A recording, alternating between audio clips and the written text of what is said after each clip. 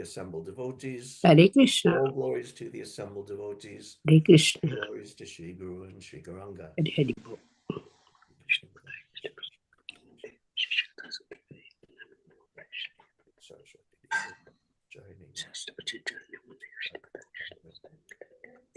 Om Namo Bhagavate Vasudevaya. Om Namo Bhagavate Vasudevaya. Om Namo Bhagavate Vasudevaya. Om Namo Bhagavate Vasudevaya. Om Namo Bhagavate Vasudevaya. Om Namo Bhagavate Vasudevaya. Reading from Srimad Bhagavatam, Canto 3, the status quo is at I always forget. Canto 3, the status quo. Chapter 6, creation of the universal form, text 8. Esha yashesha sattvanam atmam sa paramatmanaha adyo vataro yatra so bhuttagramo vibhavyate. Esha yashesha sattvanam atmam sa paramatmanaha adyo vataro yatra so bhuttagramo vibhavyate. Esha yashesha sattvanam atman sha paramatmanaha adyo vataro yatra so bhuttagramo vibhavyate. Everyone chant, please.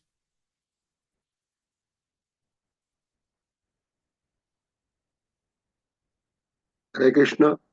Esa hi ashesha shattvanam atmamangsho paramatmanaha addo avataro yatra shau bhutagramo vibhavate. Hare Krishna.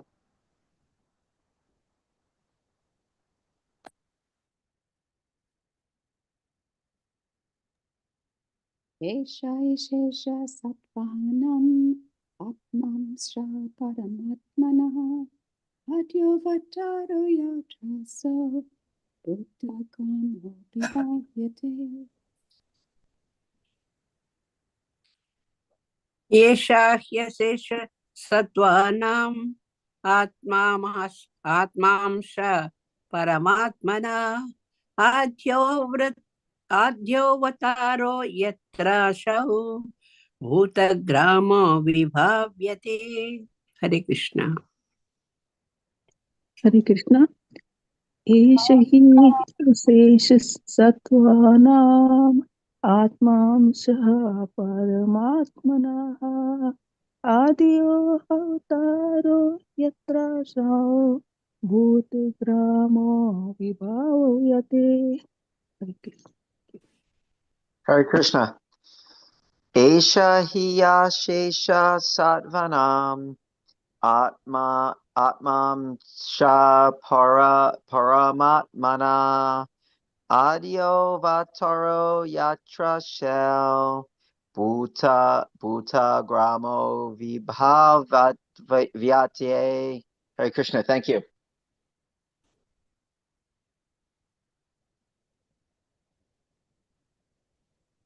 Anybody else? Okay, word for word translation.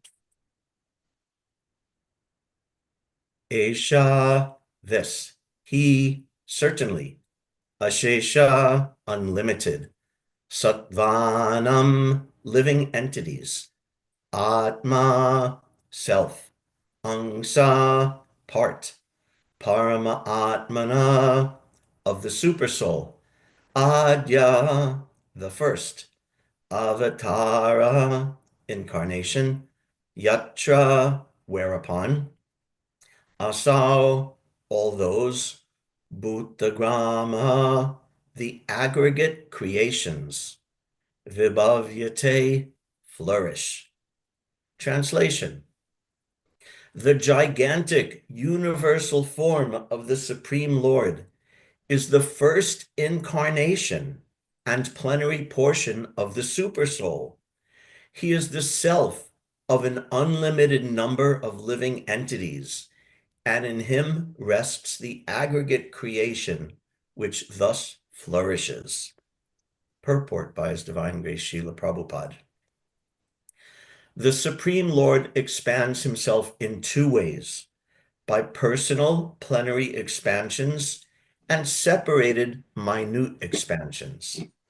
The personal plenary expansions are Vishnu Tattvas, and the separated expansions are living entities. Since the living entities are very small, they are sometimes described as the marginal energy of the Lord. But the mystic yogis consider the living entities and the supersoul Paramatma to be one and the same. It is, however, a minor point of controversy. After all, everything created rests on the gigantic Virat, or universal form of the Lord. Verse again. Esha yashesha sattvanam atmamsha paramatmana adyovatara yatraso buddhagramo vibhavyate. The gigantic universal form of the Supreme Lord is the first incarnation and plenary portion of the Supersoul. He is the self of an unlimited number of living entities, and in him rests the aggregate creation, which thus flourishes. Nama Om Vishnu Padaya Krishna Prishtaya Bhutale Srimate Bhaktivedanta Swaminiti Namine Namaste Saraswati Deve Gauravani Pracharine Nirvishesha Shunyavadi Paschacha Deshatarine. Another very interesting verse. I feel like how would I say, like the verses I've been getting for the past few classes have really been sort of whipsawing back and forth, all about the Mahatattva and the universal form. And then next verse, just hear and chant about Krishna. And then now we're back again, oh, the universal form of the Lord and the material expansion. So this is not surprising. The Bhagavatam is designed very beautifully and very perfectly, not just as beautiful poetry and not just as the book representation of the Supreme Personality of Godhead, but it's so designed intelligently and intellectually in a way to challenge us and to bring us to higher and higher levels of understanding as we go through it. Just like Prabhupada said, if you start at the first canto and read through, then by the time you reach the 10th canto, you'll be a pure devotee. So that may or may not happen in every single case, but that's the idea. The Bhagavatam is very much designed to challenge our ideas and bring us to higher and higher levels of understanding. And these descriptions of the Mahatattva and the process of creation and the universal form, the Virat Rupa, coupled with the descriptions of Krishna's pastimes and Krishna's fully transcendental nature and the importance of simple, straightforward acts of pure devotional service, we have to learn how to amalgamate these ideas to enthuse us and to propel us forward in practicing devotional service. So that's what I've been thinking as these different sort of, not really conflicting, but externally conflicting, or let's say looking at it from different angles. These verses have really been making me think about this. And today's verse I also found especially beautiful. Even the poetry of it I found very nice, like this Esha Yashesha, that has such a nice Esha Yashesha and Atmamsa Paramatmana, just poetically, very beautifully arranged verse. And what it's teaching us is also so fascinating. So Ashesha Shesha Sattvanam. This is Ashesha. Ashesha means unlimited. I have the verse here in front of me, almost in front of me. Yes. Esha Yashesha Satvanam. Ashesha. Shesha means end, the end of everything, the culmination. And Ashesha means without end. So that means unlimited. And Satvanam. Sattva, we know sattva means goodness. Sattva also means coming from the root word sat, which means existence or to exist. Uh, Sattvana means all existing things or all created things or all created beings within this world.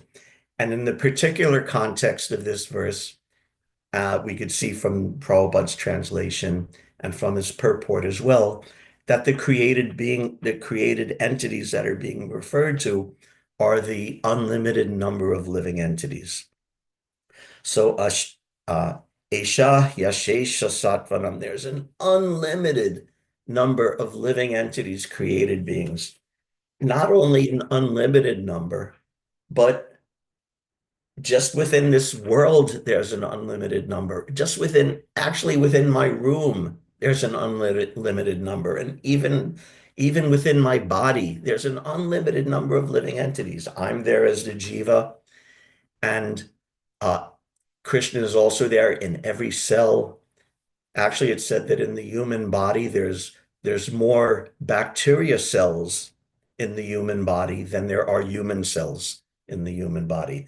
So each of those has a jiva within them, and accompanying each jiva, atmamsa paramatmana. This is also a very interesting and rich line. Atmamsa, the atma, the jiva, is angsa. He's an angsa, he's an expansion, he's part and parcel of the Paramatma. So every time there's a jiva within each of those cells and within my heart and all the bacteria and fungus and creatures living in and on and around my body, there's a jiva, and Paramatma is also there with each and every single one of them. So Atmamsa, this is the vital understanding of what the jiva is. The jiva is not just saying aham brahmasmi is not enough. Not enough, not sufficient. But understanding that it's part and parcel of the Supreme Personality of Godhead. This is essential understanding. Otherwise, you're not fully understanding what the living entity is. And what does part and parcel mean? Part means that we're coming from the Supreme Absolute Truth. As I quote in almost every single class I give, Vishnu Shakti Para Prokta, Kshetra Gyakya Tatak Para, that Krishna has his internal spiritual potency. And he also has the living entities who are also his expansions and tatak para, and are also transcendental. We're as spiritual as Krishna is. So that means we're part. But what does parcel mean? A parcel means like if you get something in the mail, it comes in a parcel, like in a box or a container. That means it's a defined, like in a parcel in a box, there's a defined volume. So we're not just like some amorphous chunk that like if there's a cloud and another cloud splits off from it, and that cloud may grow and expand, or that cloud may fade away and disappear. No, we're parcel. We have a size and a constitution that is eternally what we are. It's sometimes described 1/10,000th the tip of a hair in size, which I don't necessarily take as a literal uh, literal measurement, because it's not very hard to measure that. But the soul is not measurable in that exact way, but it's making the point that we have a constitution that is fixed. We're part of Krishna and we're a parcel. So then, Atmangsa Paramatmana, then we could understand ourselves as jiva, and then we could start to understand the nature of the Supreme Personality of Godhead as well, or at least our relationship with him. Esha Yashesha Sattvanam Atmamsa Paramatmanaha Adyavataro Yatrasu. And this Paramatma, and this Virat Rupa, is the sort of external manifestation of this Paramatma or soul of the universe. Sometimes it's described that the three Purusha avatars are all Paramatma, in the sense that Karana Dakashai Vishnu is the Paramatma or the super soul of the entire material manifestation in all fullness, with all the unlimited variety of universes coming from the body of Mahavishnu. So Karana Dakashai Vishnu is the super soul or the soul of all of that creation. Then there's Garbhodakashai Vishnu, who is the Purusha avatar entering within each individual universe. And he is the one who lies down, and Lord Brahma comes from his navel, and we heard in the last canto about that, and Lord Brahma's story and how he got instruction and inspiration from the Supreme Personality of Godhead. And he's the soul of each individual universe in its totality. And then there's Kirodakashai Vishnu, who lies down on Swetadweep within the Milk Ocean. And he is the soul of all of the individual living, all of the Ashesha Sattvanam, all of the unlimited living entities, and not just the living entities, but each and every atom and each and every proton and neutron and electron and boson and quark and this and that. He's within and between each and every one of them as the super soul of all of the individual existences within each universe.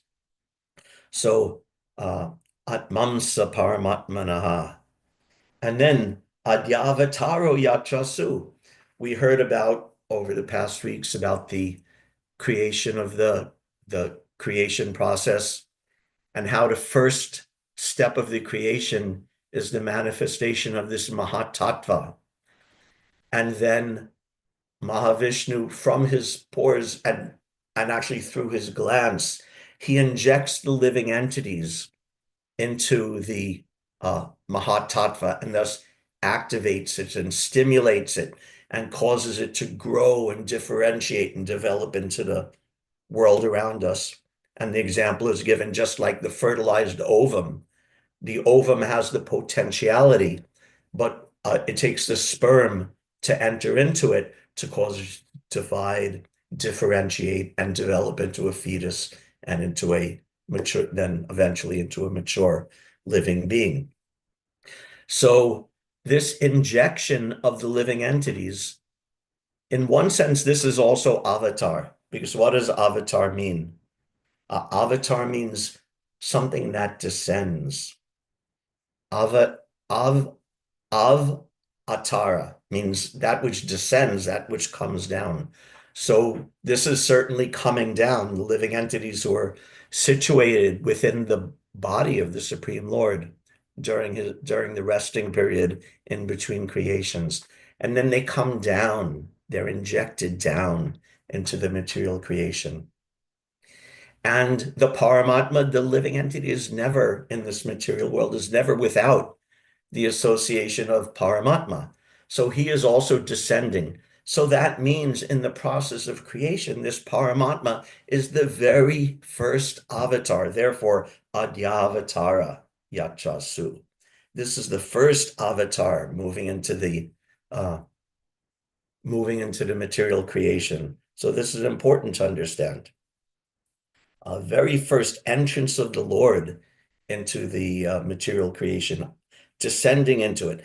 And only because Krishna injects the living entities into the material energy, and only because those living entities are accompanied by Paramatma and guided by Kirodakashai Vishnu and maintained by Garbhodakashai Vishnu and ultimately expanded from Karanadakashai Vishnu, only because of that, Bhuta Gramo Vibhavyate, only because of that does the entire creation flourish and develop and grow and come into this whole thing, this whole creation, world, universe, whatever you want to call it, around us. It's only because of that. Otherwise, it's inert.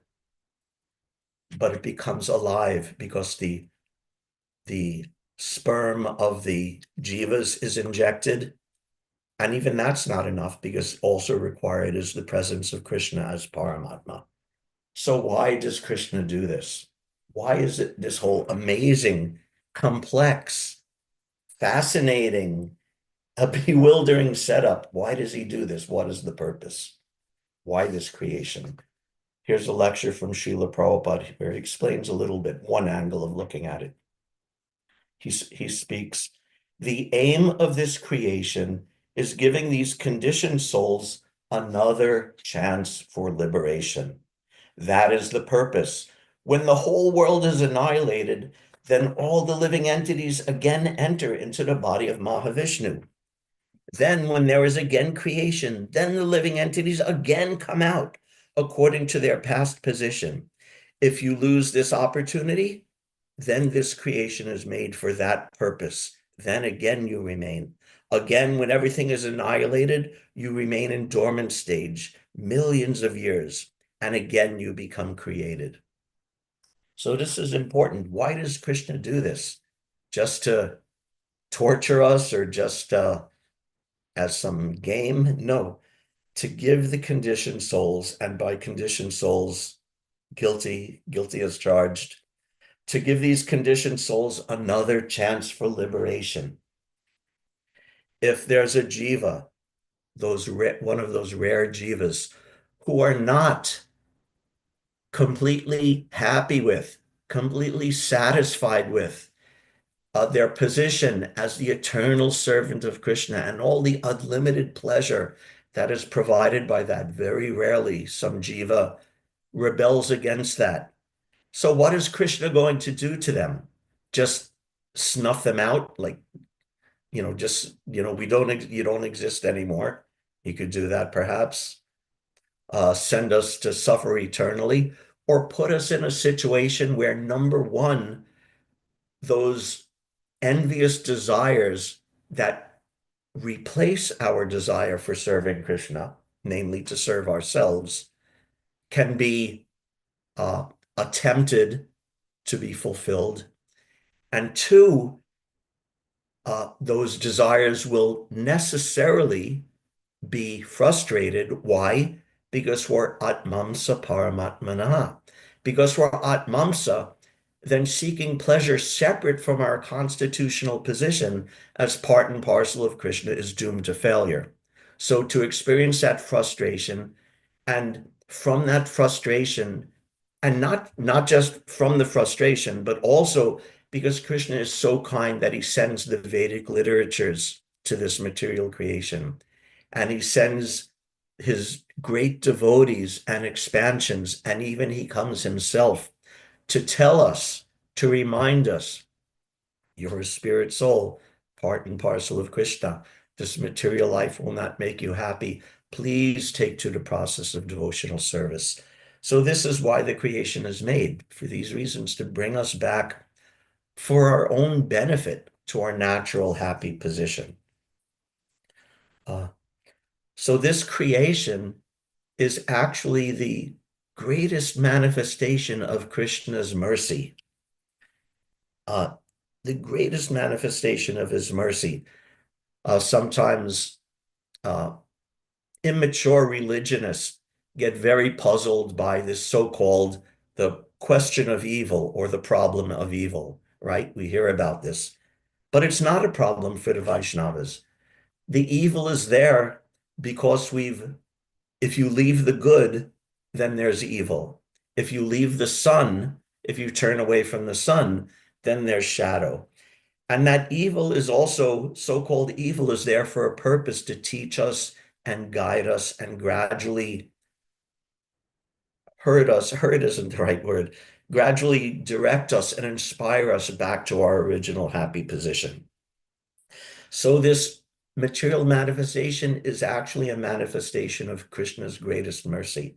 And in the Srimad Bhagavatam, in the 10th canto, 83rd chapter, is it one of the last chapters, the prayers of the personified Vedas, the personified Vedas say that Krishna's causeless mercy to the conditioned living entities is his greatest quality. His most amazing quality is this causeless mercy, and causeless because in one sense you could say if we turn against Krishna, yeyatamam prapadyante tamstataiva bhajamyaham, as they surrender unto me, I reward them accordingly. Krishna is within his rights. We turn against him. Then, okay, you turn against me, I turn against you. This is reasonable in one sense, but he's such a loving Lord and such a loving master and such a loving father that he doesn't do that. He keeps on planning and scheming and inspiring us to come back to Krishna consciousness. So that's why one of the reasons why we want to understand this process of creation, because this is a manifestation of Krishna's greatest mercy. So let us understand it a little. And then when you understand that, then when you look at this creation, you don't see matter, you see Krishna. And I've told this Prabhupada story before. I'll tell it again because it's a great favorite of mine. Prabhupada was on a morning walk with some devotees, and they were passing by a brick wall. And one devotee asked, Prabhupada, how do we see Krishna everywhere? How does a devotee see Krishna everywhere? Does it mean like if I look at that wall, do I see Krishna standing on the wall, or do I see Krishna in front of every brick of the wall? Or he was trying in this way mentally to speculate how to see Krishna everywhere. And Prabhupada explained, he said, it's just like when the mother sees the shoes of the child. When she sees the shoes of the child, she doesn't see a pair of shoes. She sees her child. That's how the devotee sees, or that's one of the ways a devotee sees Krishna everywhere. The mother sees the shoes of the child, and she doesn't see shoes. She sees her child. Now, why is this? Two reasons why this is. One reason is she sees the shoes of the child. She has the sambandha gyan to understand these shoes belong to my child. There's a relationship between these shoes and my child. That's the first step. She understands that. But even that's not enough. But because she loves the child, therefore, when she sees the shoes, she doesn't just understand, oh, these are my child's shoes, but because of her love for the child, she sees the shoes, and that makes her see her child. So in the same way, if we have that sambandha gyan, esha yashesha sattvanam, atmamsa paramatmana, we understand that our relationship and the relationship of ashesha sattvanam, of all the unlimited creations of this material world, we understand that it's all coming from Krishna. That's the first step. And then that's sambandha gyan. Then by undertaking the next step, which is abhideya, because of that, we engage ourselves in the teachings and the practice and the rules and regulations and instructions and everything that Prabhupada has given us to practice devotional service. Then when we do that, then when we look at the material world, we don't just see matter, and we don't just see matter and understand intellectually, oh, this is Krishna's energy. But by doing that, when we start to love Krishna, then we get the prayojana, which is that we look at the material world and we don't see the material world, we see Krishna because of that relationship. So I've always loved that example, that story. And I've heard that actually this example of the mothers and the shoes is used in other places. Another example is used as the beloved and the hair comb of the beloved, that when the man sees the comb of his beloved, he doesn't see the comb, but he sees his beloved. So same idea. So this is the importance of understanding the creation, because it's understanding Krishna. It's understanding the Supreme Personality of Godhead and how he is the source of and intimately involved with everything in this world, and how its purpose is to bring us back to him. So naturally, we want to study this and understand this. And again, it's not just Sambandha Gyan in a vacuum or by itself. It's not armchair philosophy. It has to be accompanied by practice, by actual devotional service. Then the realization will come. Because you could believe anything. There's so many philosophies and there's so many religions and there's so many political ideas, and you could believe this or that, but armchair philosophy is meaningless by itself. You could believe this or that, it doesn't matter. Here, Prabhupada was speaking in Nairobi, and he said, in spite of Bhagavad Gita being popular in the Western countries, in spite of our so many swamis from India went to preach Indian culture or Hindu culture before this movement of Krishna consciousness, not a single person became a devotee of Krishna. There was Bhagavad Gita before, so many different versions. Every Swami has his own idea of Bhagavad Gita. Before I became a devotee, I was reading Christopher Isherwood's translation, and there's so many translations. But no one became Krishna Bhakta. No one devoted their life to serving Krishna. Prabhupada goes on, that is a fact. It was simply armchair discussion of Bhagavad Gita. But why at the present moment, these youngsters, Europeans and Americans, Australians, Canadians, Japanese, why are they taking to Krishna consciousness? Because this Bhagavad Gita is presented as it is without any adulteration. That is my point. Bhagavad Gita is not meant for anyone else except the devotee. Bhagavan Sri Krishna could explain this Bhagavad Gita to the Gyanis, to the yogis, to the karmis, but why he selected Arjuna? That is the secret of Bhagavad Gita. Bhakto si, priyo si. And the whole Bhagavad Gita is taught to make everyone devotee of Krishna.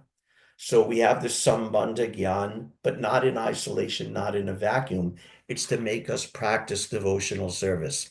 And when we have that knowledge, that understanding from Shastra, from sadhus, Guru Sadhu Shastra, about the nature of Krishna, the nature of this material world, and the relationship between them and our relationship with those things, and the practice of devotional service, again, as given by the spiritual master, by the saintly persons, and by the scriptures, you combine that, then there is hope, not just hope, assurance of reaching prayojana, the perfection of that, which is love of Krishna, by actually doing devotional service.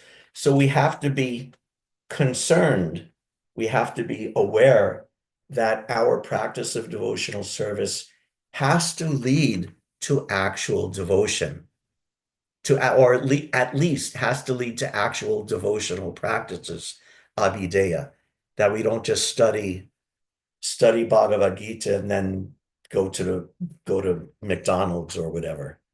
We study Bhagavad Gita, we read Bhagavad Gita, we hear Srila Prabhupada's lectures, and then we think, yes, I'll chant my rounds, I avoid the offenses, I do this service, that service, I hear, chant, Shravanam, Kirtanam, Vishnu Smaranam, Padasevanam, Archanam, Vandanam, Dasyam, Sakyam, Atmanivedanam. We do these things then. So that should be the result. And not just doing them, but doing them in a certain way. When let me see what time it is so I could meter out the rest of this. Okay. Last week when I led the Chaitanya Charitamrita discussion, I felt very embarrassed because I forgot I was trying to remember the very important verse, Dharma Swanusti Tatpam Sam Visvakshena Katasu Yat Notpadayad Yadi Ratim Shama Evikevalam. And I couldn't remember the verse, and I felt very ashamed, actually. So afterwards, I went and I read that verse again, so it would stick in my head, and I read it, and I read it again, and I read it again. And I'll interject a short story here that His Grace Ravindra Swarup Prabhu told me once, long ago. When he was a student, in college pursuing his PhD, he was studying, I think maybe he was even writing his thesis on this one book by a philosopher, a modern day philosopher who was at the time was still alive. And he said, I read the book. I didn't understand it. I read it again. He read it 3 times. And presumably, it was, since it was by a philosopher, it was probably really long because philosophers are known for going on and on and on and on and on. So he read the book 3 times, and then he thought he understood what the person was actually trying to explain in this philosophy book. So he actually wrote a letter to that philosopher, the author of that book, and said, I read your book, and my understanding of what you're trying to say is XYZ. And he explained what he thought it was. And that person wrote back to Ravindra Swarup Prabhu and said, you are the first person who has read this book and actually understood what I was trying to explain in it. So he told me that this is how we need to study Shastra also, that you read it once, you read it twice. And Prabhupada has also said that you have to read 3 times, or when you're giving instructions, sometimes he said you have to say it 3 times to stress its importance. So I did that. I read this verse over and over, and I realized there's so much in that verse. So, and that ties into what we're doing here. You'll see how that whatever we're doing, Dharma Sunusti Tak Punsam, Visvakshena Katasu Yat Notpadya Yadi Ratim Shrama Evi Kevalam. What we're doing has to give a certain result. And what is that result? Viswakshena Katasuya Rati. It has to give us rati, attraction, for hearing Krishna Katha. And if not, Shrama Evahi Kevalam. So let's look at this verse in a little more depth also, because it's so interesting. Dharma Swanusti Tak Pumsam. There's so many dharmas, so many unlimited dharmas, however you want to define that word. Arjuna thought, my dharma is not to fight. Or people today, my dharma is, support my family or work my job or pay my taxes or go to war or not go to war or whatever it may be. So more specific is given dharma swanustita. This is swanustita, swa anustita. Swa means one's own. Anu means to follow. And stita means like a fixed situation. So dharma swanustita means following one's own personal dharmic situation. And pumsa means person. So you follow your dharma, whatever your swadharma is. And Prabhupada also explained, swadharma can mean like varnashram, or the ultimate highest swadharma is to become a devotee of Krishna. This is the highest, but whichever you take. Because after all, this is in the context of varnashram where this is being discussed. So dharma swanusti tak pumsam. You have some dharma, swadharma. You think this is my dharma, this is my duty, this is my work, this is my religion. But viswakshena kata suya. Viswakshena kata. Viswakshena is very interesting. Viswakshena is a name of Krishna. It's also a name of other persons, actually. This Viswakshena name, a few persons. There's one Manu who is named Viswakshena. And especially there's a person who is a very intimate associate of Krishna. Sometimes he's even considered an expansion of Krishna. Viswakshena, who is a close personal associate like Garuda or like Jayan Vijay. And he is the general of Lord Krishna's army. Because Viswakshena, if you examine the word Vishwa ka Sena, Vishwa means universe or universal, and Sena means army. So Viswakshena, this person is the head of Lord Vishnu's army. And he's considered very important. He's mentioned several times in the Bhagavatam, in different places. And specifically the Sri Vaishnavas are very devoted to this expansion of Krishna, Viswakshena. They even claim that he personally came sent by Krishna to teach Maharaj Kulashekara. And just like in many Vaishnavas, before doing a puja or before doing an offering, first a worship is made of Ganesh.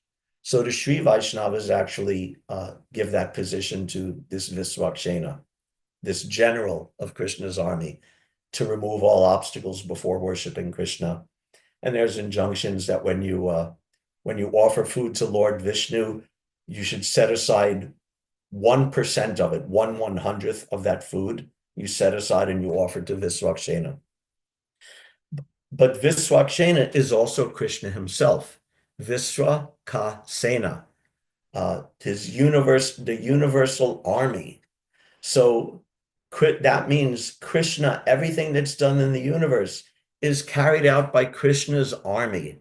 Now, using this word army metaphorically, not necessarily always an army, but by Krishna's expansions, Krishna's representatives, just like what's the Sango Pangastra Parshadam, right? His Anga,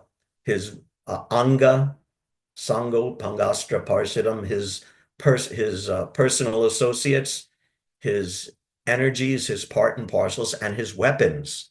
So everything is carried out in that way. So in that sense, Viswakshena means Krishna, who is creating and running and managing and making everything happen by his representative energies and representative persons. And notpadayad yadiratim, na utpadaya. Na utpadaya means it does not arise, it does not happen, it does not give birth to. Does not give birth to what? Notpadayad yadi ratim. Rati. Rati means strong attachment, strong affection. For what? For Viswakshena Kata, for hearing the topics of Krishna, specifically Krishna known as Viswakshena, who is running everything through all his expansions. And if you do your duty, Dharma Swanusti Tak Pumsam, you have your duty, you have your Dharma, your religion, whatever you think it is, and you do that, but you're not getting a taste for hearing and chanting about Krishna, then Shrama Eva Hi Kevalam. Shrama, we say a useless waste of time, is how Prabhupada translates. Shrama literally means hard work. And Hi Kevalam means only.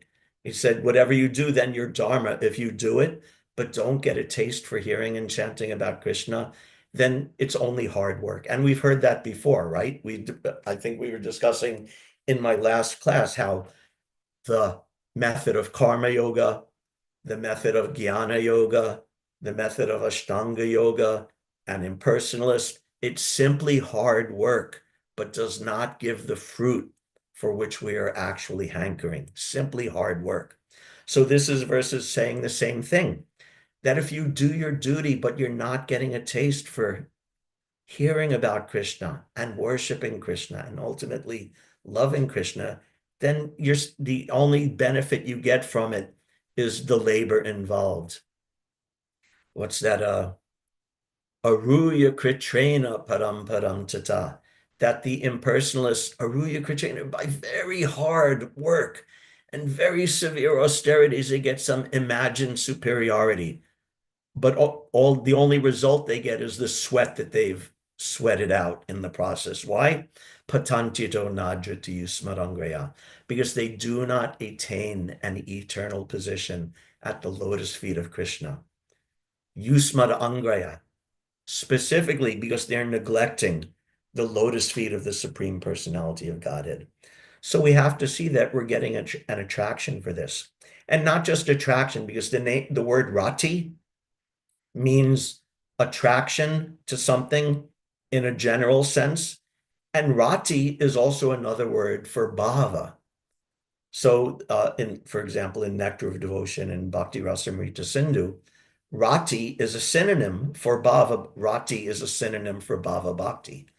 So that means, again, we can understand what does that mean? That this instruction of Dharma Swanusti Tak Pumsam is for those neophyte devotees and devotees on the stage of bhava bhakti to ensure, are you doing this in a way that you'll attach to Krishna and attach to hearing about Krishna, but specifically to advance ourselves from the stage of sadhana bhakti to the stage of Bhava Bhakti, and Bhava Bhakti is the first sprout of the Bhakti Lata Bij, which culminates in the fruits of love of God.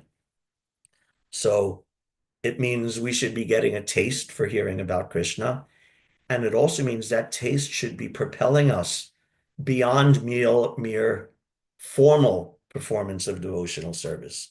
So this is the meaning of this. And again, Viswakshena, because it's a name specifically alluding to Krishna as the one who controls and creates and does everything through his expansions.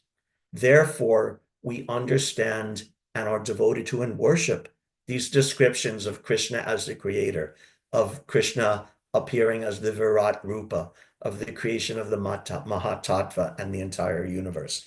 This is Viswakshena Kata.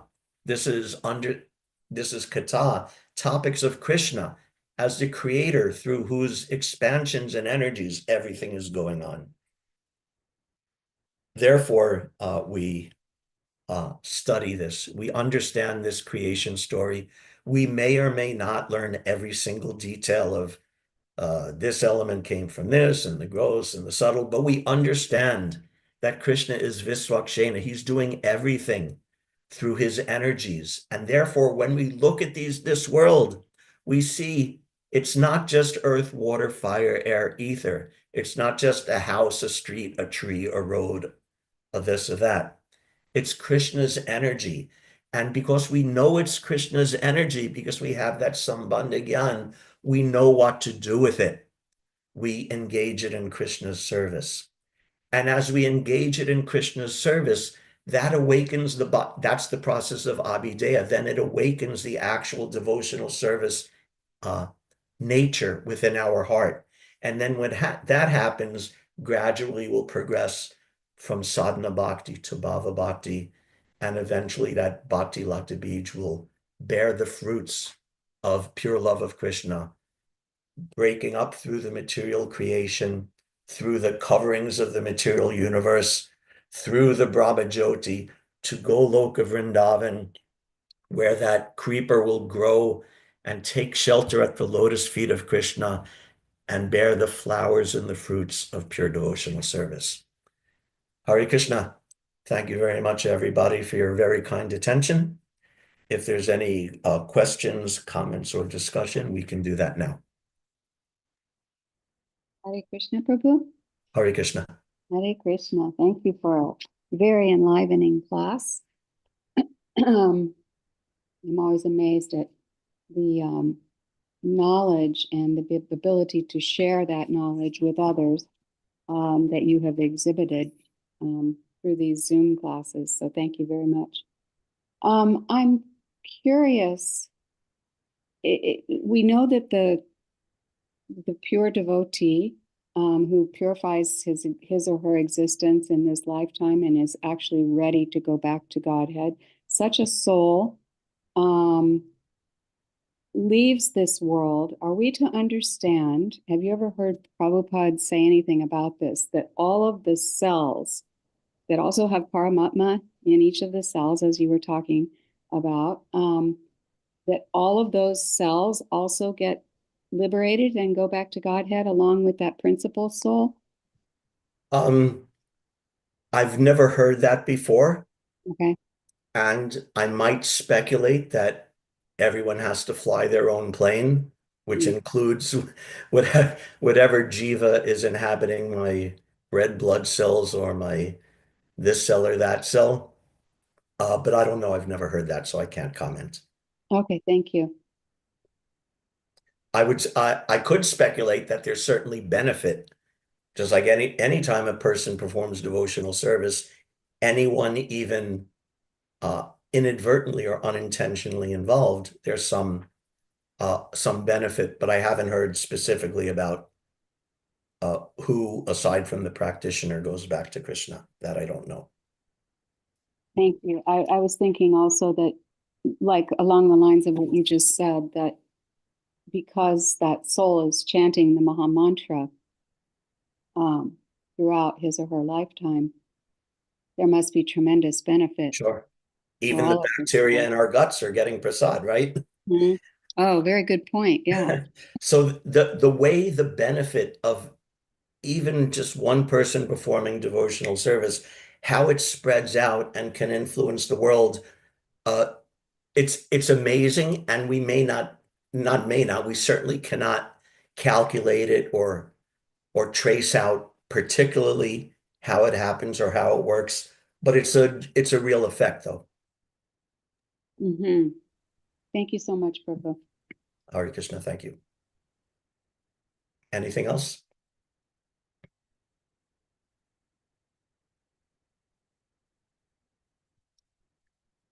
Questions, comments? Hare Krishna Yes. Prabhu. One thing, if in the purport it said it was a minor controversy that, Oh, yeah. so I mean, I thought that was a major point, how we and Mayavadis look differently, or is it a different thing that is being talked about? Yeah, thank you for bringing that up. I noticed that also, but forgot to address it. But the mystic yogis consider the living entities and the super soul Paramatma to be one and the same. It is, however, a minor point of controversy. After all, everything created rests on the gigantic Virat or universal form of the Lord. So one thing is that he's saying it's a minor point, but then in the second half of the sentence he says, but actually they're not the same, right? He's saying it's a minor point. They think it's the same. We say it's different, but actually it's different because everything is resting on the Virat Rupa, not on the individual Jiva. So that's one thing. And minor in the sense that I don't know exactly what Prabhupada meant, but here's my understanding of it, is that several times actually he would say that the Mayavadis accept that, spirit is supreme and spirit is superior to matter, like that, and we do also. So there's that sort of limited point of agreement. So the yogis, we can understand, okay, we both understand that jiva and super soul are both transcendental. So in one sense, you could say that with that big agreement that the soul and the super soul are transcendental to the material creation, that's a big point of agreement. But they get this in one sense, you could say detail wrong, that they're the same. And we say, no, they're not really exactly the same. So in that sense, Prabhupada is granting them, okay, it's a minor agreement, even though actually they're different, but it's a minor disagreement. So that's my understanding of it, that ultimately in the larger sense, it's not a minor disagreement because that disagreement actually prevents the activities and the engagement in devotional service. But in a raw philosophical sense, it's minor in the sense that, okay, at least we both agree about the transcendence of the soul and the super soul. That's one possible explanation of what Prabhupada might mean by it. Do you have any thoughts on what he meant by that? No, Prabhu, I don't have any thoughts on that, but I have to say this brings me back to the other point in your class when you said earlier that you read the verse 3 times, not this one, but when you forgot a verse, Yeah. and I just realized how much reading I should do, how much more studying I should do, and how I should do it. And so Yeah. this point also, for me to have any opinion or any understanding, I'll have to read it a million more times. Yeah, we should all be doing that, going through. And I don't think we have to, it's not we have to read everything 3 times every time we sit Right. down to read. But at the same time, I would suggest an experiment that you take a verse, some verse you like, a verse you already know, and read that. If you read that verse and the purport 3 times, I can almost guarantee that something will blow your mind about it that you didn't see before. Yeah. And we also, it's been, I'm guilty. I haven't done it in a long time. Something like reading the entire Bhagavatam from first canto to 12th canto. That's also something you read it all the way through, then you do it again, then Yeah. you do it again. Yes. Or maybe you read a verse and then you read it again and again, or you read a lecture or hear a lecture and you hear it again and again. So there's different ways and different time scales we could do this on, but this repetitiveness is good, and because it's if we understand the freshness of the Vedic knowledge and the freshness specifically of Prabhupada's presentation, then like I said, I could almost guarantee if you do that, read a verse and purport 3 times through, something in that will blow your mind. I'm almost certain. Yeah. Thank you. And like Mother Sundari Leela said, it's, all these classes that we hear and the speakers, the way in which, and you are able to do what you're doing because of that much studying. And that's the other point that I have learned today. And hopefully we'll be able to practice a little bit. Thank you very much, Prabhu. Hare Krishna. Dronacharya Prabhu. Hare Krishna, Acharya Prabhu. Thank you so much for a wonderful class. Hare Krishna, you're welcome. Like a complex topic, but you made it understandable. I really appreciate that. In the beginning of the class, you were talking about the innumerable living entities that exist, just what to speak of within our own body. And to think that in each of those living entities, and when we expanded out of the number of human bodies that there are, what to speak of the number of trees that we see when we drive down the highway, and we're just looking at a strip of the highway.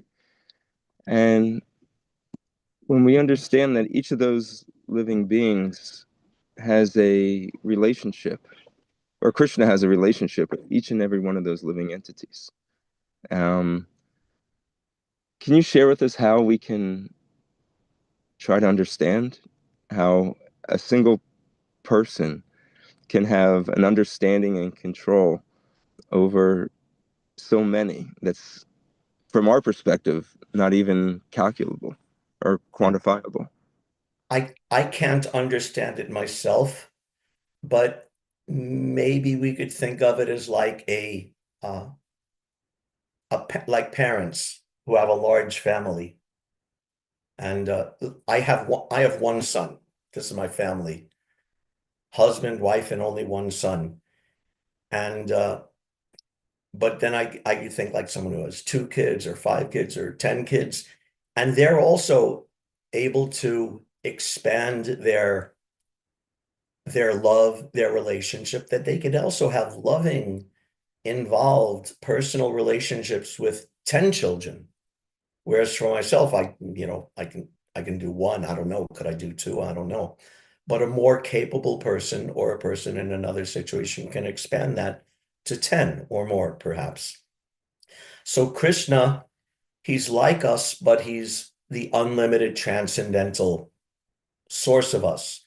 So he just has a little bit larger family than we're used to. And because his abilities are so much, he can feel each of them individually, just like a mother or father with 5 children or 10 children can individually relate with and teach and have exchanges with each of those unique children of theirs in different ways. So Krishna can also do it with all of his children, which just has to be what is it? Ashesha Satwanam happens to be unlimited. So we're limited, so we could do that in a limited degree. And Krishna is unlimited, so he can do it in an unlimited degree. So I don't know if that explains it, but maybe it's a way to think about it. Krishna is also described in the very, very beginning. First, I think it's the first verse of Bhakti Rasamrita Sindhu that he's now the Sanskrit is escaping me, that Krishna is the master of all relationships with all living entities. I wish I don't have my copy of Nectar of Devotion here, but that's the very first verse of Bhakti Rasamrita Sindhu, that Krishna is he who has relationships with everyone. He's the master of all kinds of relationships. Of course, we have the 5 primary relationships, which we all know: the Shanta, Dasya, Sakya, uh, uh, Sakya, Vatsalya, and Madhurya. And then is it 8? The secondary relationships, the Gona Vritti, the Gona Rasa, and those create so many varieties, but those varieties are unlimited. Even within Dasya Ras, there are so many varieties. And within Sakya Ras, there's so many varieties of friends. There are friends that are a little older than Krishna, friends that are on the same level, some friends that are a little younger. With the gopis, there's gopis with different types of relationships. And these varieties keep on subdividing and branching. You can imagine like a tree branching downward that, from the different relationships. And then within those relationships, they branch out and it branches down right down to the level of each individual soul who has their own particular and unique relationship with Krishna. And that relationship is dynamic. It also grows and changes. And sometimes one aspect will become prominent and another aspect may subside. And then at another time in another situation, that prominent aspect may subside and the hidden aspect may become manifest. So Krishna is perfectly relating with each and every one of them because he's the unlimited personality of Godhead and the source and father of all of them. How he does it or understanding how he does it, I can't do. I can only maybe get a general idea and hear about it and try to appreciate it and know that I'm also one of them. And you may think, oh, and sometimes in families, right? Children in big families, sometimes they think, oh, I'm neglected. I'm the one, I'm not the favorite child. My parents pay more attention to my big brother or whatever. And actually, there's an interesting phenomena I've seen very often that children who appeared in families with many, many children, not always, but then often they'll think, oh, when I just want to have one child or two child so I can pay attention. And then children who came in a family with only one or two children, then when they grow up and get married, they may think, oh, I want to have a big family because I didn't have all of that going on when I was a child. So this is the maybe imperfect representation in the material world, but Krishna can do it perfectly with everyone. And he could do it as a group that, like the gopis, for example, there's the Rasa Dance and all the gopis are there. And the presence of all the gopis with Krishna makes the relationship even more sweeter and ecstatic and beautiful. But at the same time, he also has his private moments with individual gopis, which are uniquely and beautifully tailored to each of those individual gopis. So Krishna can do all of it at every stage. And when we study about Krishna and learn about Krishna and his nature, how he's the super soul and the source of everything, and Viswakshena, that everything is going on through him, then we could, at least in the beginning, theoretically appreciate that no, I won't be lost in the crowd. I can actually have that individual perfect relationship with Krishna, and he will reciprocate perfectly. Actually, it's reminded me of I think it's a funny story. I think I also may have told it before, that before I became a devotee, I had it was educational, but I'll say it, the misfortune of spending 1 year in an ashram devoted to Ramana Maharshi, who some of you may have heard of, South Indian impersonalist guru. Yeah. And we used to read, books of his. He was illiterate, but there were books of his disciples who have written down his talks and things that he said. And one time he said, oh, why would I want to go back to Goloka Vrindavan? There's so many cowherd boys there eating lunch with Krishna. If I go there, I'm going to be at the back of this big crowd of cowherd boys. Krishna won't even see me. Better to become one with God.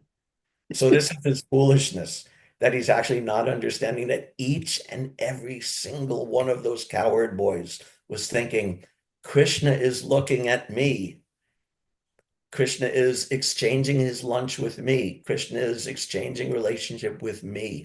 Or like at the Rasa dance, there's gazillions of gopis, but each gopi is thinking, Krishna is dancing with me. So this is the ignorance of, the same ignorance actually of the Mayavadis and of the materialists who don't understand this. Anyway, that was a little long-winded. Does that address your question at all, Dronacharya Prabhu? Yes, Prabhu. Thank you. Hare Krishna. That was a very nice explanation. Hare Krishna. Anything else? Hare Krishna, Prabhu. I was just thinking along the lines of this question, how is Krishna able to personally interact and guide and serve? He actually serves all of his living entities. And I was thinking about our social media these days. I'm not very familiar with it, but I know that someone will have like millions of viewers. You just tap a button and millions of viewers are all of a sudden connected to that person. So I think this is like, in a way, our material energy. If we can do that in the material energy, it's conceivable that Krishna can do so, right? Yeah, that's nice. I like that. Social media as a perverted reflection of Krishna relating with all living entities. I like that. And of course, it's a failure. There's no relationship there. Right. Yeah, that's a nice point. I like that. Thank you. Okay, it's 9 o'clock. Thank you very much to everybody for your kind attendance and attention. I hope everyone has an awesome day there in Philadelphia. Stay warm. Very nice class, Prabhu. Thank you very much. Thank you, Mataji. Hare Krishna. Lot of information there. Okay, everyone have a wonderful day. Vanchakalpatarubhyascha. Vasindhopya Vachapatanam Pranam Pavanebhyo Vaishnavibhyo Vaishnavibhyo Namo Namo. Hare Krishna. Thank Hare you. Krishna. Thank you.